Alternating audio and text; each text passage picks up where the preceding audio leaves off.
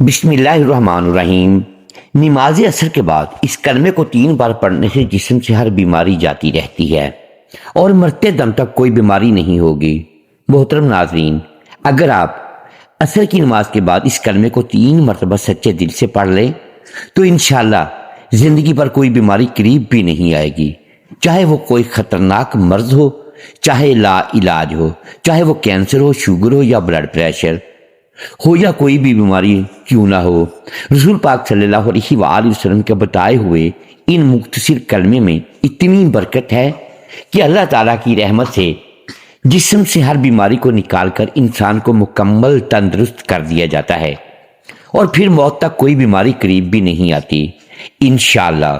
محترم عزیزو، نماز عصر کے بعد صرف 3 مرتبہ ان کلمات کو پڑھ لینا اور اللہ تعالیٰ کی بارگاہ میں یقین کے ساتھ دعا مانگنا، انشاءاللہ آپ کی زندگی میں کوئی بھی سخت سے سخت بیماری ہو وہ بھی ختم ہو جائے گی۔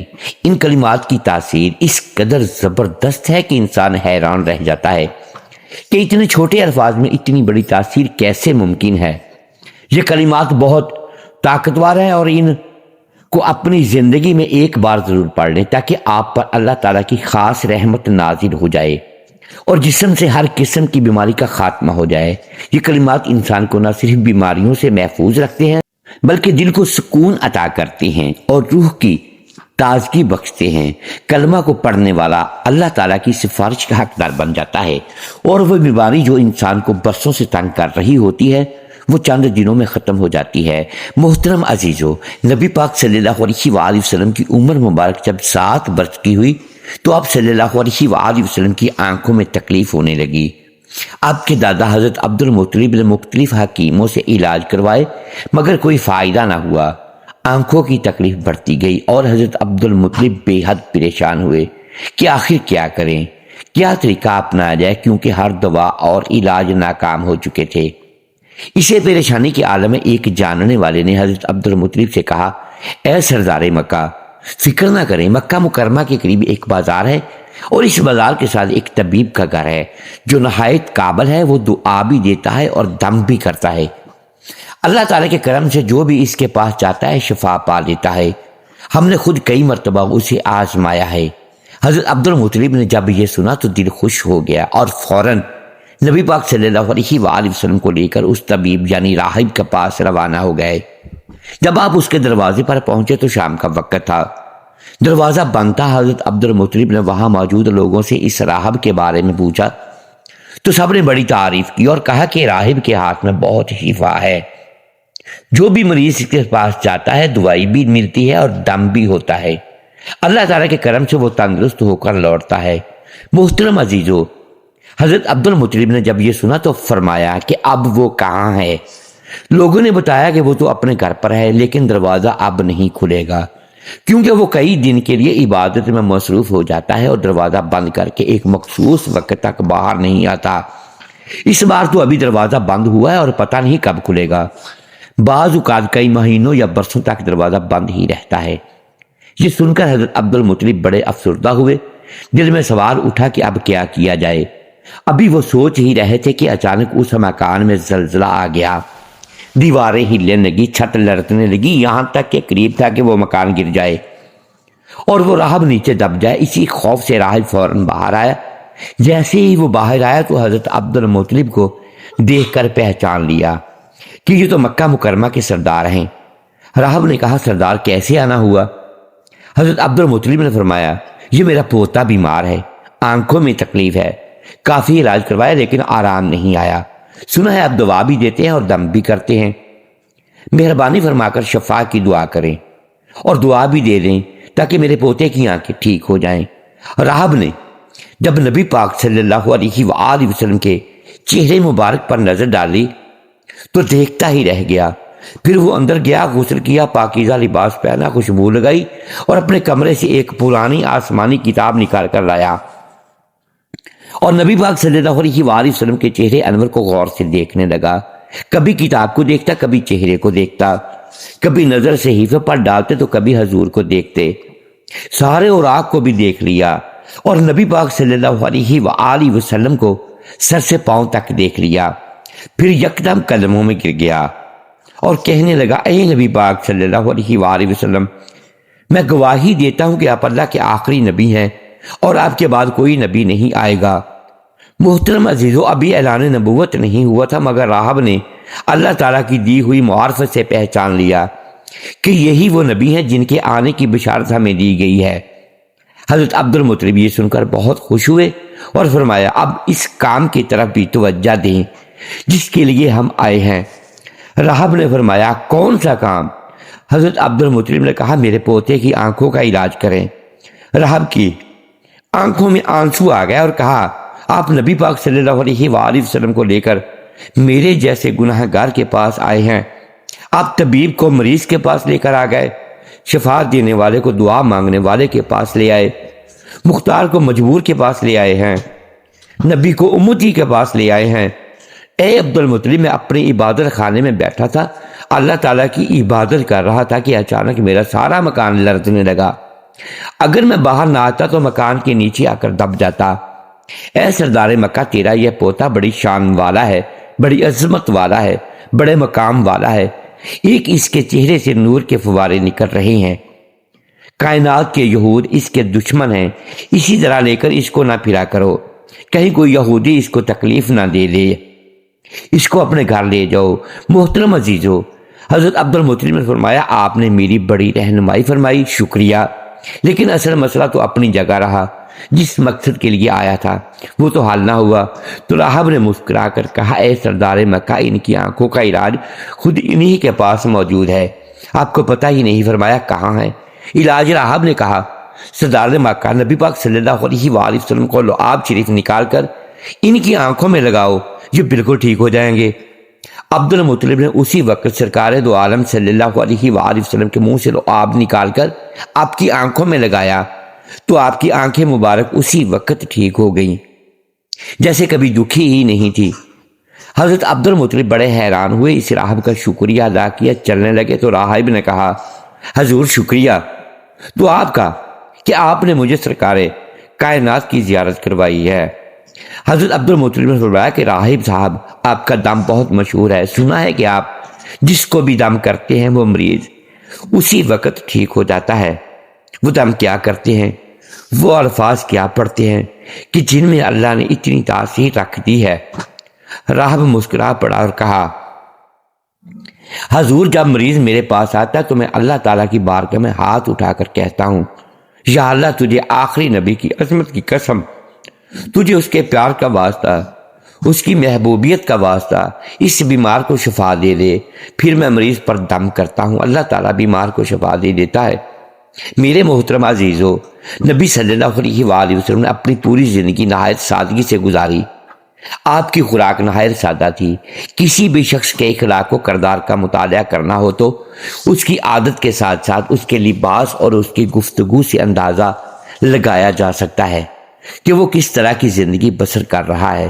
نبی صلی اللہ علیہ وآلہ وسلم حکمران ضرور تھے، لیکن اس کے ساتھ ساتھ آپ نہایت متواضع تھے۔ آپ کی خوراک اتنی کم اور سادہ تھی کہ حضرت انس رضی اللہ تعالیٰ عنہ بتاتے ہیں کہ نبی صلی اللہ علیہ وآلہ وسلم کے ہاں کبھی گوشت اور روٹی کا کھانا صبح شام 2 وقت موجود نہیں تھا۔ ہاں لیکن جب مہمان آتے تو ایسا ممکن ہوتا، یعنی دونوں وقت کھانا موجود ہوتا۔ مہمانوں کے حوالے سے نبی صلی اللہ علیہ وآلہ وسلم کی تعلیمات کو پڑھ کر آگے بڑھتے ہیں۔ نبی صلی اللہ علیہ وآلہ وسلم نے ارشاد فرمایا جو شخص اللہ تعالیٰ اور یوم آخرت پر ایمان رکھتا ہے اسے چاہیے کہ وہ مہمان کی عزت افزائی کریں۔ محترم ناظرین، حضرت محمد صلی اللہ علیہ وآلہ وسلم کی ذات سے ہمیں یہ سیکھنے کو ملتا ہے کہ نبی صلی اللہ علیہ وآلہ وسلم کی ذات سے برکت لینا بھی باعث شفا ہے، اور جو بھی دل سے ان سے محبت کرتا ہے اللہ تعالیٰ اس کی دعاؤں کو شرف قبولیت عطا فرماتا ہے۔ اس سے بھی نبی صلی اللہ علیہ وآلہ وسلم کا اخلاق معلوم ہوتا ہے۔ نبی صلی اللہ علیہ وآلہ وسلم مہمانوں کی بہت زیادہ عزت کرتے تھے۔ ام المومنین حضرت عائشہ صدیقہ رضی اللہ تعالی عنہا فرماتی ہیں کہ آل محمد صلی اللہ علیہ وآلہ وسلم نے کبھی لگاتار 2 دن جو کی روٹی سیر ہو کر نہیں کھائی، حتیٰ کہ نبی صلی اللہ علیہ وآلہ وسلم وصال فرما گئے۔ حضرت عائشہ صدیقہ رضی اللہ تعالی عنہا سے مروی ہے ایک دوسری روایت میں ہے کہ جب سے نبی صلی اللہ علیہ وآلہ وسلم مدینہ منورہ تشریف لائے، آل محمد نے کبھی مسلسل 3 راتیں گندم کی روٹی سیر ہو کر نہیں کھائی۔ محترم عزیزو، یہ فکرہ سن کر دل لرز اٹھتا ہے کہ جس ہستی کے صدقے ہمیں رزق نصیب ہو رہا ہے، جس نبی کے طفیل ہمیں ہر نعمت ملی ہے، اسی نبی صلی اللہ علیہ وآلہ وسلم پوری زندگی سادہ کھانے پر قناعت کی، کبھی پیٹ بھر کر نہ کھایا، کبھی تقاضا کیا، کبھی شکوہ نہ کیا، بلکہ اللہ کا شکر ادا کرتے رہے اور بھوکے رہ کر بھی دوسروں کا خیال کرتے رہے۔ نبی صلی اللہ علیہ وآلہ وسلم کی سیرت میں ہمیں صبر بھی ملتا ہے، قناعت بھی ملتی ہے، برداشت بھی، اور عاجزی کا سمندر بھی۔ ہمیں وہ لمحات بھی یاد آتے ہیں جب کئی دن گھر میں چولہا نہیں جلتا تھا۔ حضرت عائشہ صدیقہ رضی اللہ تعالی عنہا فرماتی ہے کبھی 3 دن مسلسل گھر میں کھانا پکا ہی نہیں، اور اگر کچھ آتا بھی تو صرف کھجور اور پانی میں گزر ہوتا۔ نبی صلی اللہ علیہ وآلہ وسلم کو جب کچھ عطا کیا جاتا تو وہ خود اپنے لیے بچانے کی بجائے امت پر لوٹا دیتے، کبھی کسی فقیر کو خالی نہ لوٹاتے، کبھی کسی حاجت مند کو مایوس نہ کرتے۔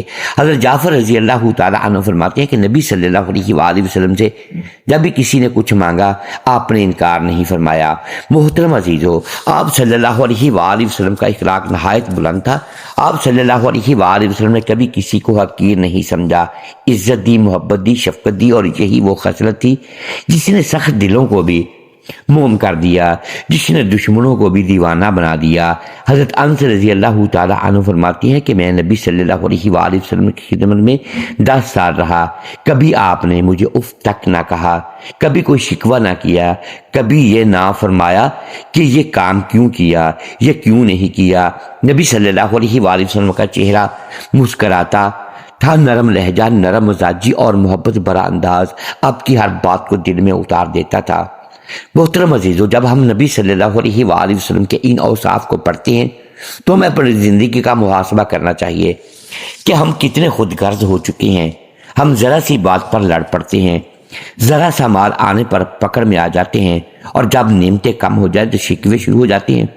لیکن نبی صلی اللہ علیہ وآلہ وسلم نے تو ساری زندگی ایک معمولی بستر پر گزار دی۔ ایک روایت میں آتا ہے کہ حضرت عمر رضی اللہ تعالی عنہ جب نبی صلی اللہ علیہ وآلہ وسلم کے حجرے مبارک میں داخل ہوئے تو آپ صلی اللہ علیہ وآلہ وسلم ایک کھجور کی چٹائی پر آرام فرما رہے تھے۔ چٹائی کے نشان جسم پر نمایاں تھے۔ حضرت عمر کی آنکھیں نم ہو گئیں۔ عرض کیا، یا رسول اللہ، کیسر و کسرہ ریشمی بستروں پر ہیں اور آپ صلی اللہ علیہ وآلہ وسلم اس چٹائی پر آرام فرما رہے ہیں۔ رسول اللہ صلی اللہ علیہ وآلہ وسلم نے مسکرا کر فرمایا، عمر، کیا تم یہ نہیں جانتے کہ ان کے لیے دنیا ہو اور ہمارے لیے آخرت؟ یہی وہ سبق ہے جسے ہمیں اپنی زندگی کا حصہ بنانا ہے۔ ہم دنیا کے مال پر نہیں اترائیں، نہ کسی کو حقیر جانیں، نہ کسی سے بے رخی کریں، بلکہ عاجزی اختیار کریں، شکر کریں، قناعت کریں اور محبتیں بانٹیں۔ محترم عزیزو، اگر نبی صلی اللہ علیہ وآلہ وسلم بھوکے رہ کر بھی مسکراتے تھے تو ہمیں بھی اپنی چھوٹی چھوٹی محرومیوں پر شکایت نہیں کرنی چاہیے۔ اگر نبی صلی اللہ علیہ وآلہ وسلم نے کبھی کسی سے بدلہ نہیں لیا تو ہمیں بھی معاف کرنا چاہیے۔ اگر نبی صلی اللہ علیہ وآلہ وسلم نے سب سے زیادہ دوسروں کی فکر کی تو ہمیں بھی دوسروں کے لیے جینا سیکھنا چاہیے۔ یہی سیرت طیبہ ہے، یہی اصل مقام ہے، یہی اصل عشق ہے کہ ہم نبی صلی اللہ علیہ وآلہ وسلم کی زندگی کو پڑھیں، سمجھیں اور اپنائیں۔ ارشاد فرمایا، میرا دنیا سے کیا تعلق؟ دنیا میں میری مثال تو اس مسافر جیسی ہے جو تھوڑی دیر کے لیے کسی درخت کے سائے تلے ٹھہرتا ہے، پھر اسے چھوڑ کر اپنا راستہ لیتا ہے۔ اگر ہم رسول اللہ صلی اللہ علیہ وآلہ وسلم کی حیات طیبہ پر نظر ڈالیں تو معلوم ہوتا ہے کہ آپ کی زندگی ہر پہلو سے سادگی کی تصویر تھی۔ آپ نے نہ صرف اپنی زندگی سادگی سے گزاری بلکہ اپنے صحابہ کی تربیت بھی اسی انداز میں کی کہ دنیا کی بے رغبتی کو خوب واضح کیا۔ آئیے دیکھتے ہیں اللہ کے رسول نے صحابہ کرام کی تربیت کیسے فرمائی۔ حضرت جابر رضی اللہ تعالی عنہ فرماتے ہیں کہ حضور نبی اکرم صلی اللہ علیہ وآلہ وسلم مدینے سے آتے ہوئے بازار سے گزرے۔ آپ کے ارد گرد بہت سے صحابہ کرام تھے۔ آپ ان کے ہمراہ تشریف لے جا رہے تھے کہ راستے میں ایک بکری کا مرا ہوا بچہ پڑا تھا۔ اس کے کان چھوٹے تھے۔ آپ نے اس کا کان پکڑ کر فرمایا ساتھیو تم میں سے کون ہے جو اسے 1 درہم میں لینے پر راضی ہو؟ صحابہ نے عرض کیا یا رسول اللہ صلی اللہ علیہ وآلہ وسلم 1 درہم تو بہت بڑی بات ہے، ہم تو 1 پیسے میں بھی لینے کو تیار نہیں ہیں، اور اسے لے کر کریں گے کیا؟ کیا اب طے ہوا کہ اچھا کیا تم اسے مفت لینے کے لیے راضی ہو؟ صحابہ نے عرض کیا یا رسول اللہ اگر یہ زندہ ہوتا تب بھی یہ عیب دار شمار ہوتا، کیونکہ اس کے کان چھوٹے ہیں، اور اب تو یہ مرا ہوا ہے۔ محترم عزیزو، دیکھیے اللہ کے رسول صلی اللہ علیہ وآلہ وسلم دنیا کی بے ثباتی اور کم حیثیت کو کس انداز میں بیان فرما رہے ہیں۔ آپ نے ارشاد فرمایا اللہ کی قسم اللہ کے نزدیک دنیا اس مردار سے بھی کم حیثیت رکھتی ہے۔ پھر ایک موقع پر دنیا کی حقیقت ان الفاظ میں بیان فرمائی، اگر دنیا اللہ کے نزدیک مچھر کے پر کے برابر بھی حیثیت رکھتی ہوتی تو وہ کسی کافر کو اس میں پانی کا 1 گھونٹ بھی نہ دیتا۔ محترم عزیزو، ذی الحج کا بابرکت مہینہ ہے، یہ ان 4 مہینوں میں سے ایک ہے جن کا ذکر اللہ نے قرآن پاک میں کیا ہے۔ ان دونوں میں اللہ کو راضی کرنے کا وقت ہے، ان دنوں میں اپنے نفس کو قابو میں رکھنے کا وقت ہے، دنیا کی حقیقت کو سمجھنے اور آخرت کے لیے تیاری کرنے کا وقت ہے۔ جان لیجئے یہ کلمات بہت بابرکت ہیں، بالکل اسی طرح جیسے یہ دن برکت والے ہیں اور رحمت والے ہیں۔ اللہ پاک نے ان کلمات میں بہت زیادہ شفا رکھی ہے۔ جو بھی شخص کسی ایسی بیماری میں مبتلا ہو جس کا وہ بار بار علاج کروا کر تھک چکا ہو اور اب بھی اسے شفا مل رہی ہو اور وہ ان کلمات کو ضرور اپنائے، انشاءاللہ اللہ پاک اسے ہر بیماری سے نجات عطا فرمائے گا۔ وہ کلمات یہ ہیں سبحان اللہ و بحمدہ سبحان اللہ العظیم، استغفر اللہ ولا حول ولا قوت الا باللہ العلی العظیم۔ آپ نے ان کلمات کو نماز عصر ادا کرنے کے فوراً بعد 3 مرتبہ پڑھنا ہے، لیکن اس سے پہلے اول آخر 1 مرتبہ درود پاک پڑھنا ہے۔ اس کے بعد اعوذ اور تسمیہ یعنی اعوذ باللہ من الشیطان الرجیم بسم اللہ الرحمن الرحیم بھی پڑھ لینا ہے۔ اس کے بعد یہ کلمات 3 مرتبہ ادا کرنے ہیں۔ جب یہ 3 مرتبہ مکمل ہو جائیں تو پھر آپ نے لا الہ الا اللہ کی ایک تسبیح مکمل کرنی ہے، یعنی اس کو انگلیوں پر گن کر یا تسبیح کے دانوں پر پورے 100 مرتبہ پڑھنا ہے۔ جب آخری دفعہ پڑھے تو ساتھ محمد رسول اللہ صلی اللہ علیہ وآلہ وسلم پڑھے تاکہ آپ کی تسبیح پوری ہو جائے۔ جب یہ تسبیح مکمل ہو جائے تو آخر میں دوبارہ اتنی ہی مرتبہ درود پاک پڑھ لینا ہے جتنی بار آپ نے ابتداء میں پڑھا تھا۔ محترم عزیزو دوستو، جو بھی سخت سے سخت بیماری ہو، لا علاج مسئلہ ہو، کوئی ایسی پریشانی ہو جو حل ہونے کا نام نہ لے رہی ہو، تو یہ عمل ضرور کریں، انشاءاللہ اللہ پاک آپ کو ان کلمات کی برکت سے پوری عطا فرمائے گا اور آپ کے دل کو سکون ملے گا۔ محترم عزیزو، یہ کلمات صرف 3 مرتبہ عصر کی نماز کے بعد ادا کرنے ہیں، اول و آخر 1 مرتبہ درود پڑھنا ہے۔ انشاءاللہ اس عمل کی برکت سے آپ شفا یاب ہو جائیں گے۔ سب سے پہلے آپ نے درود پاک پڑھنا ہے، ایک بار ثواب کی نیت سے میرے ساتھ بھی پڑھ لیں۔ اللہم صلی علی محمد وعلی آل محمد کما صلیت علی ابراہیم وعلی آل ابراہیم انک حمید مجید۔ اللہم بارک علی محمد وعلی آل محمد کما بارکت علی ابراہیم وعلی آل ابراہیم انک حمید مجید۔ درود پاک پڑھنے کے بعد آپ نے 1 مرتبہ اعوذ باللہ من الشیطان الرجیم اور بسم اللہ الرحمن الرحیم پڑھ کر 3 مرتبہ آپ نے یہ کلمات پڑھنے ہیں، سبحان اللہ و بحمدہ سبحان اللہ العظیم، استغفر اللہ لا حول ولا قوت الا باللہ العلی العظیم۔ جب آپ 3 مرتبہ یہ کلمات پڑھ لیں تو آپ نے 1 مکمل تسبیح لا الہ الا اللہ کی پڑھنی ہے۔ مکمل 100 دانے والی تسبیح ہاتھوں پر گن کر پڑھ لیں، یا تسبیح کے دانوں پر جب آپ 99 دفعہ لا الہ الا اللہ پڑھ لیں تو آخری دفعہ آپ نے پورا کلمہ پڑھنا ہے، لا الہ الا اللہ محمد رسول اللہ، اور اس کے بعد آپ نے پھر دوبارہ درود پاک پڑھنا ہے جو آپ نے شروع میں پڑھا تھا۔ اللہ والو، آج کا یہ وظیفہ اور عمل آپ کو بتا دیا گیا ہے، جس صرف بیماریوں سے شفا کے لیے نہیں بلکہ زندگی کے ہر پہلو میں اللہ پاک کے پاس انعامات کو حاصل کرنے کا ایک ذریعہ ہے۔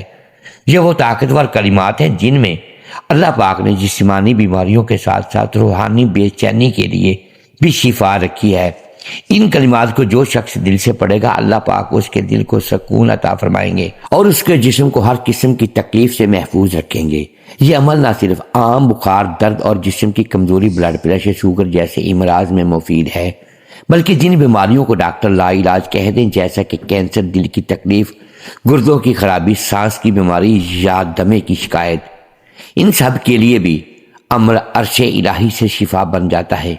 اللہ پاک کے فضل سے یہ کلمات پڑھنے والے کو ایسی طاقت ملتی ہے کہ وہ بیماریوں کا مقابلہ صبر اور حوصلے سے کرتا ہے، اور اللہ پاک جلد شفا عطا فرما دیتا ہے۔ یہ عمل صرف بیماریوں تک محدود نہیں، بلکہ اس کی برکت سے رزق میں کشادگی آتی ہے۔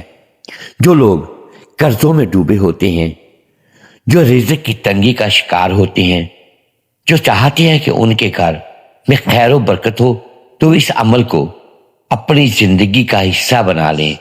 انشاءاللہ گھر میں خوشحالی آ جائے گی، میاں بیوی میں محبت پیدا ہوگی، اولاد فرما بردار بن جائے گی، اور گھر جنت کا نمونہ بن جائے گا۔ جو شخص عصر کے بعد یہ کلمات پڑھے گا، اس کے رزق کے دروازے کھلیں گے، کاروبار میں ترقی ہوگی، بے برکتی ختم ہوگی، اور دل کو وہ روحانی سکون ملے گا جو مال و دولت سے نہیں ملتا۔ ان کلمات کو پڑھنے سے دل مضبوط ہوتا ہے اور ہر قسم کے وسوسوں کو اور فکری بیماریوں سے نجات ملتی ہے۔ اب ہم دعا کرتے ہیں کہ اللہ پاک جو بھی یہ کلمات پڑھے اسے شفا عطا فرمائے، اس کے رزق میں برکت دے، اور اس کے دل کو سکون دے، اس کے گھر کو جنت بنا دے، اور اس کی اولاد کو اس کے لیے صدقہ جاریہ بنایا جائے۔ یا اللہ پاک ہمارے گناہوں کو معاف فرما، اور ہم ان کلمات کی برکت سے دنیا اور آخرت میں کامیابی عطا فرما۔ محترم عزیزو، آپ سے گزارش ہے کہ آپ اللہ تعالیٰ کے رب العزت کے 99 بابرکت ناموں میں سے ایک نام حصول برکت اور ثواب کے لیے کمنٹس باکس میں ضرور تحریر فرما دیں۔ اللہ رب العزت ہم سب کا حامی و ناصر ہو، آمین۔ محترم ناظرین، امید ہے آج کی یہ ویڈیو آپ کو پسند آئی ہوگی۔ ناظرین گرامی، اگر ہم اس ویڈیو میں الفاظ کی درستگی دانستہ یا دیدہ دانستہ درست نہیں کر پائے تو ہم آپ سے معذرت خواہیں اور اللہ کے حضور معافی کے طلبگار ہیں۔ ناظرین گرامی، ویڈیو کو لائک کیجئے، چینل کو سبسکرائب کیجئے اور بیل آئیکن پریس کر دیں تاکہ ہر نئی آنے والی ویڈیو آپ تک بر وقت پہنچ سکے اور ہماری حوصلہ افزائی ہوتی رہے۔ اگلی ویڈیو تک کے لیے اجازت دیجیے گا۔ شکریہ، اللہ حافظ۔